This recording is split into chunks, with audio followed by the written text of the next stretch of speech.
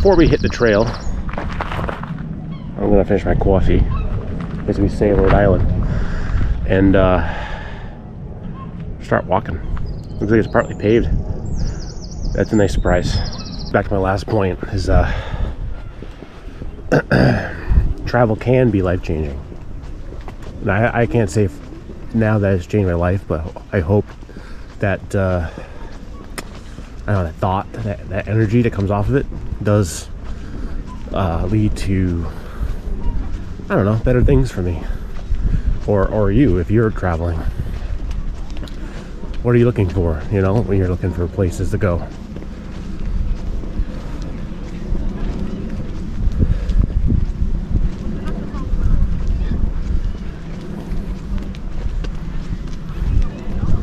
But I have to say, like, there were a few events that did happen. I met a couple people, and they touched me, you know, like not physically, but yeah, that too, but on the shoulder. But it's touching. And it was really unique experience to get to sing with the session band, even though it was slightly embarrassing. And I told them right after, thank you for helping me get out of my shell a little bit, because people have told me, like, you should get out of your shell and try new things like that.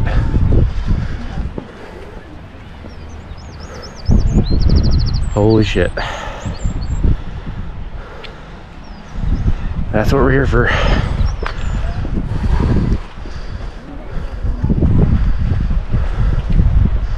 So hopefully that's what helps, or should I say,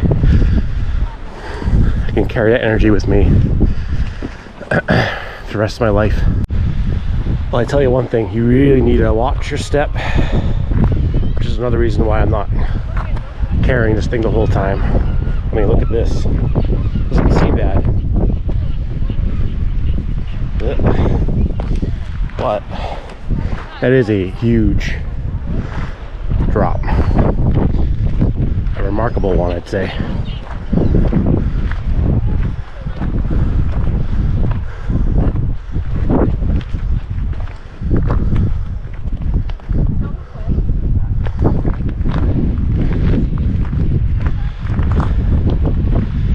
It's a great photo opportunity spot there.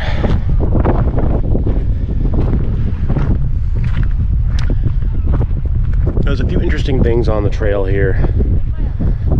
For one, World War II history. Ireland was a neutral country in World War II, but they were sort of quietly, you know, helping the Allies, but they still couldn't, you know, they didn't have open borders or anything. They had to make sure that, you know, everyone, you know, kept out of Ireland, yeah. Make sure all, like, you know, the Axis allies stay out of their business. I'll have to edit that a little bit. So somewhere around here, there's a giant marker that's written in the ground, to sort of say, like, the pilots, so they can see from the sky, that they're entering Irish territory and they should not fly over to land and turn around. And apparently there was 80 something, 83 or something like that, different markers all around the country on the coast. And I believe this is the only surviving one. It's around here somewhere.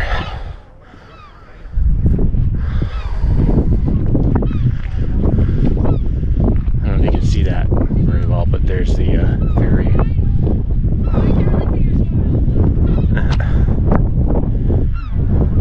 Yeah, from Dublin you can take a ferry to Cherbourg and Holyhead in Wales. I think somewhere else too. One of the trips I want to take one day is actually to do London, you know, and then see Stonehenge and a couple other things, and go to Holyhead, so you get a chance to see the countryside a little bit. And then when you're in Holyhead, you can take the ferry to Ireland and then come back to Dublin that way. I like to try to find different interesting ways to get places. Like one day I'm going to do, like where I live, I'm going to do like a ferry trip. Go to New Bedford, Mass, which is actually an interesting city too, to be quite honest. You can take the ferry to Martha's Vineyard, check out Martha's Vineyard, and then you can take the ferry to Hyannis, and now you're in the Cape. Maybe this year, or definitely next year. I'm gonna do that next time I go to the Cape. So one thing I was just thinking, I was just taking a picture. As a photographer, like sometimes I'll look at the lens and I'll be like, oh, I need a different angle, because that's, you know, if you're a photographer, you understand. And I might like sidestep or check somewhere else. You got to make sure that you're looking, no matter where you move your feet. You just look where you put your feet, because if you look, well, let's put more right there. Like right here, there's a little ledge, and after a ledge, it drops. So if you were to trip and tumble, yeah, that's it for you. Like this place looks like it's all pretty and fun, but it's pretty deadly if you're not careful.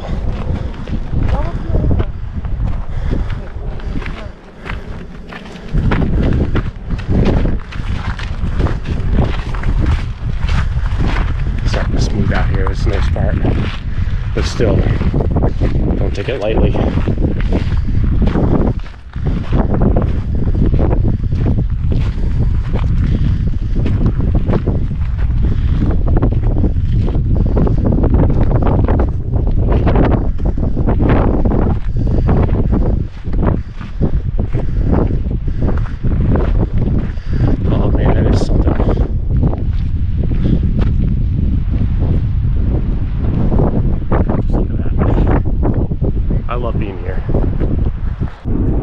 Yeah, I just stopped to take some pictures of this beautiful sweeping section here.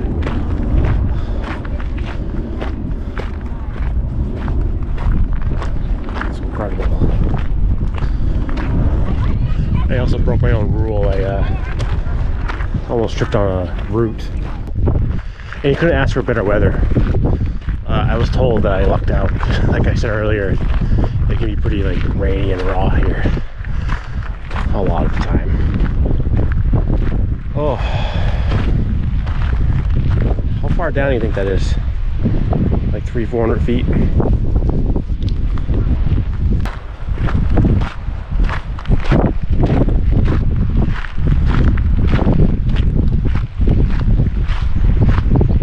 Just look at that. Like, this is wild. Like, in real life, this is like, freaking amazing. And I wish I had a zoom lens, because you can sort of see it's like a nesting area for the seagulls. It's just freaking incredible. And just the way this little path sweeps around. And I've been taking a lot of pictures of cliffs, but I'm gonna stop one more time. Well, not sure. Anyway, that is incredible. So as a photographer with like an arty background, I'm always looking for like good composition, and I think we may have something right here. So I'm gonna take a photo. I was gonna go check out some things, but they're kind of up in the hills there, and trying to save energy. This is already, they say it's almost like 3 hours to walk the whole ring, and that's probably what we're gonna do, to be quite honest. If we can navigate my way around, there's a couple cool sights to see up that way. I think it might be worth it.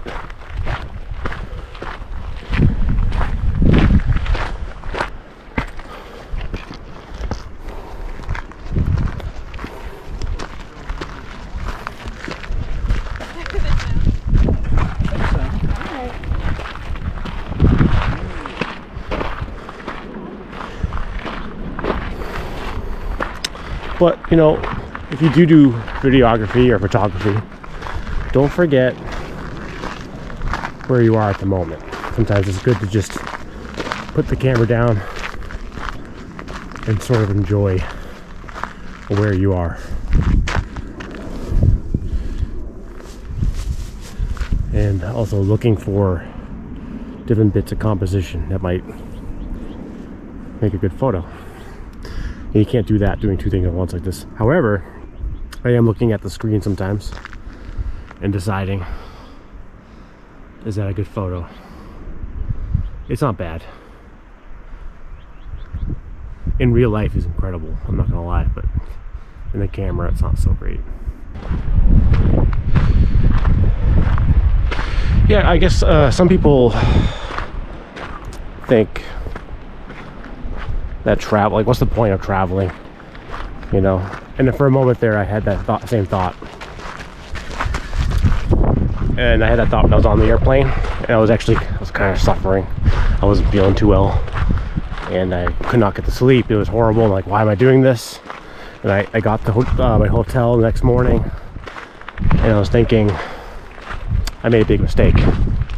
And one of the things I was thinking is, like, not that necessarily I made a mistake coming here, but I made a mistake not giving myself enough time to be here. Now it's been a couple days, I've changed my mind about that. I feel like I've gotten a lot out of this trip, like a lot. Like I said, like on last night, like I did not expect that to happen, but it was a small tiny thing, but maybe one of those small tiny life-changing moments. Not like, you know, something like super important, like, you know, your wedding or your divorce or whatever, but like it's just a small tiny thing that changes the trajectory of your life. I think for a lot of people, travel seems mundane, you know, but to me it's an opportunity for you to open your mind and your eyes to see new places, to imagine new I don't know, kind of like get those juices flowing in your brain. This is especially important if you're a creative type of person. And I've always been a creative type of person who always second guessed everything, you know. But something I learned by taking that stage, and, you know, there's only like a dozen people watching, is that it's not so scary once you get there. You know, it's scary at first because you're scared what people might think. But that band, they taught me that. They didn't, you know, teach me that directly, but it was the act of doing it that was very special. So for one, that one event kind of was probably the most important moment of my trip. The second most important moment of my trip, as far as like small life-changing things, is like, I know this sounds crazy to most of you, but like just like meeting new people from new places. You make friends, but you may not ever see them again, and that's fine. There's something about that. But I had not weird, but like a connection with this gentleman I met. He was the bartender at the hotel that I'm at. And we had a great conversation about life and society, between what it's like in Ireland and what it's like in the United States. And I'd say we're pretty friendly. I'm gonna remember him, so next time I come, I'm gonna see if I can say hi.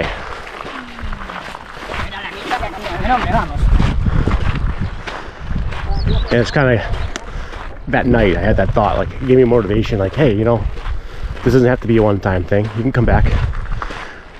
I was mentioning earlier I was planning on doing a different trip where I go from London to Dublin and maybe go somewhere else from there.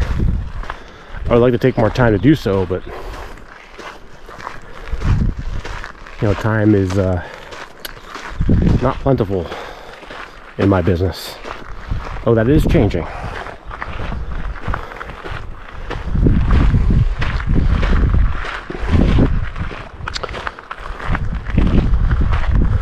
So both of those things I mentioned is part of my personal struggle and journey to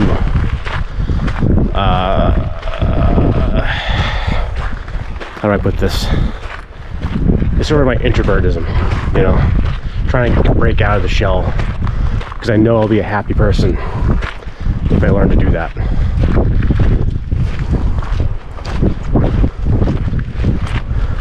But I'm not saying I'm unhappy now, but this is sort of a struggle I've been going through with a previous relationship where, you know, maybe she wanted me to be someone I wasn't, and that person was the extroverted Joe, the Joe that performs, the Joe that likes to go out and have fun, versus the I'm comfortable just not doing anything Joe, which is also very valid, and I'm happy doing that too. But I think to live a full fulfilling life, at least for me, I have to balance the two, and that's what I want to do for the rest of my life.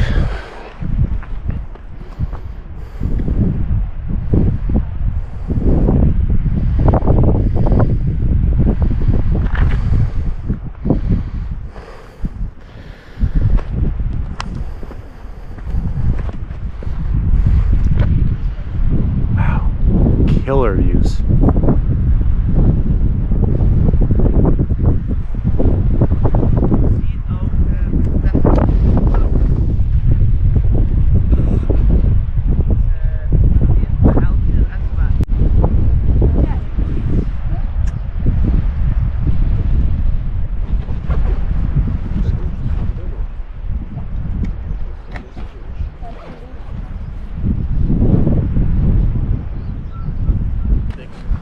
Yeah, so you have to stop once in a while, just put the cameras down and just take it in. I was just thinking about how, like, you know, what would be a even like better way.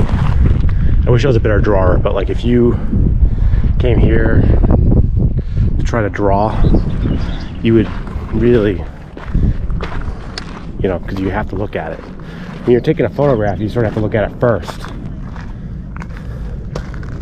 and kind of frame it in. And then you take the photo, and, you know, especially if you have the GoPro out, it feels like you're, you know, seeing everything through the camera, which is something I'm trying to avoid going forward. For these trips. That's actually something I mentioned before when I was doing a walk in Bristol, Rhode Island actually. Is that, like, I really want to just travel for myself mostly, and then this stuff is sort of something I do for fun on the side. Photography is something I'm going to take pretty seriously though, along with a couple other things, like what I was saying earlier.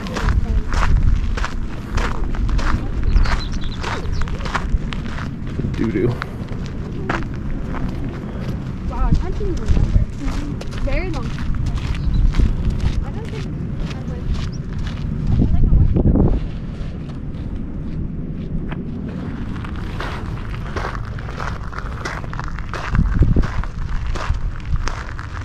So yeah, like, I guess a trip can be life-changing, and it's all about your mentality going into it, you know. Like, for some reason when I travel, I feel more like apt to go places, because you're in a new place. You're like, well, I guess I'll try this new place. When I'm home, I usually stick to the places I'm used to, and you don't really break out of your social shell that way, if that's something that you're trying to work on. And like I said, like, I'm trying to balance the two. I am an introvert at heart, but there's always been, like I said, a struggle within me to break out.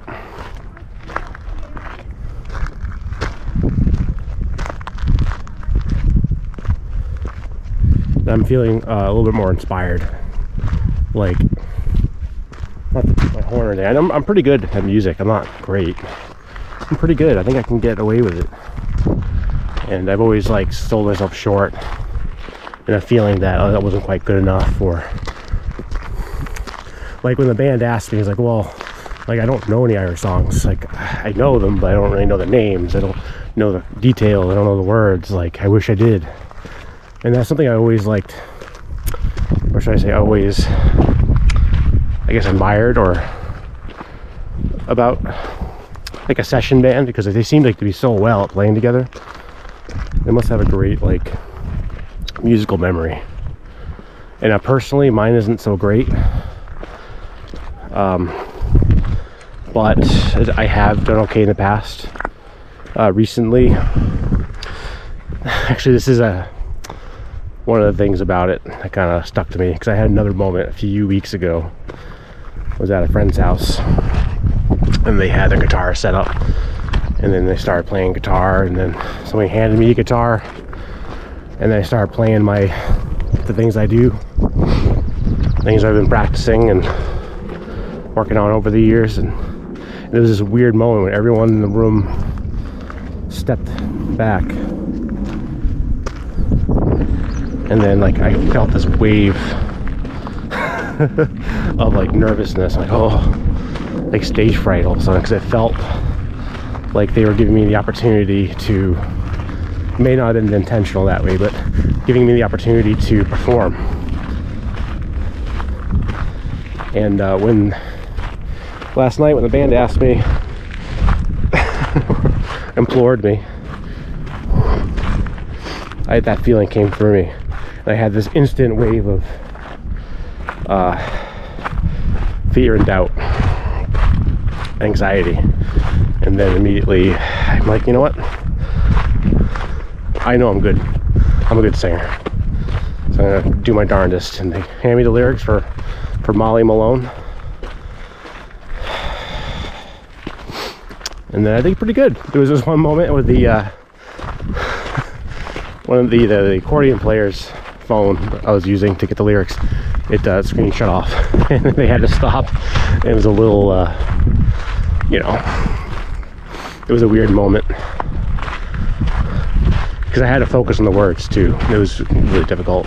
That is one of my, you know, shortfalls.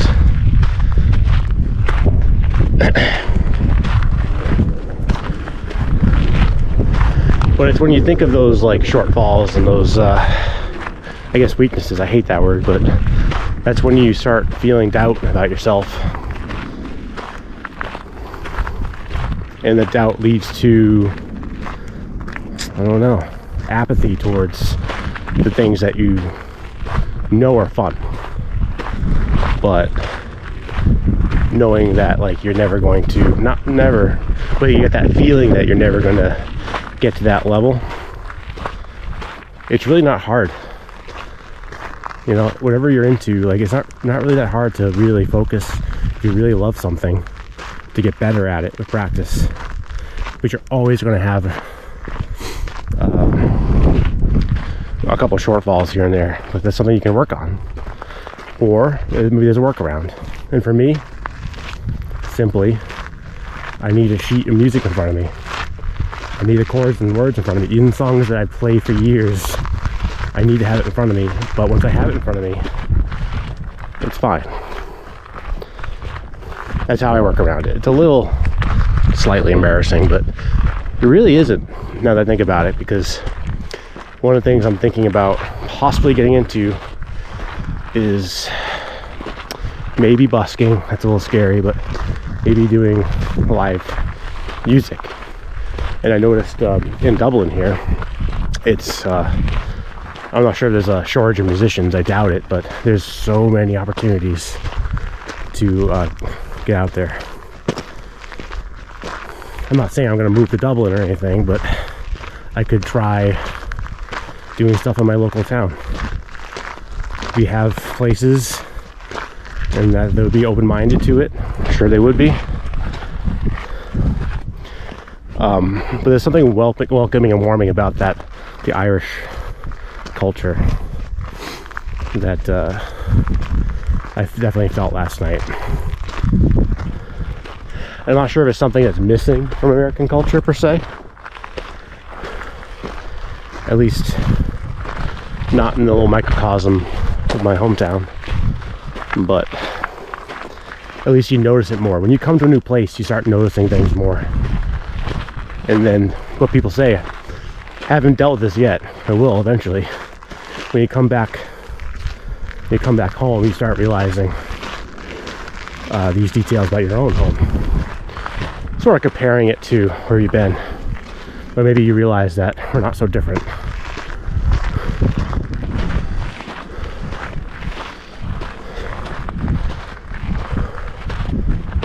beautiful.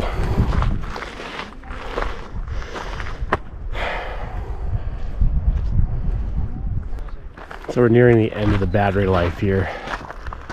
I'm probably gonna walk up this hill here, but I'm gonna have to focus. Take the camera off. I'm gonna walk straight first. You can come back. Because you gotta pick your battles. If you don't have enough energy to do everything, you gotta take breaks. And that goes with everything else I just said too. You know, like I've been taking a break from video editing. And I remember when I was doing it a couple of years ago, I felt energized doing it. I had a good time. I had fun doing it. That's why I'm doing this, for fun, more so than anything else. But that's really what's important about life, is make sure you're having fun no matter what you're doing.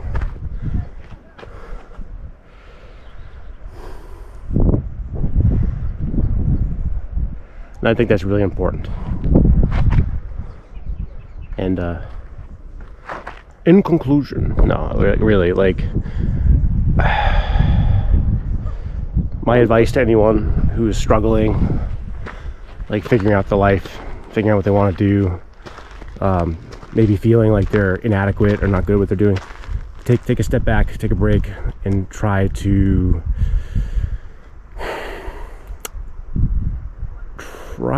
think about what it is about what you do that makes you happy. What about it energizes you? And lean into those aspects. And then without, at the same time, those aspects, they require certain other things to be focused on too. Maybe the things aren't so fun. And you also need to work on that as well. And that can be hard, but the end result is good no matter what. No matter if you become successful from what you do, or even just personally successful, like you feel like good about it. That's what the end result will be if you combine the two. And I guess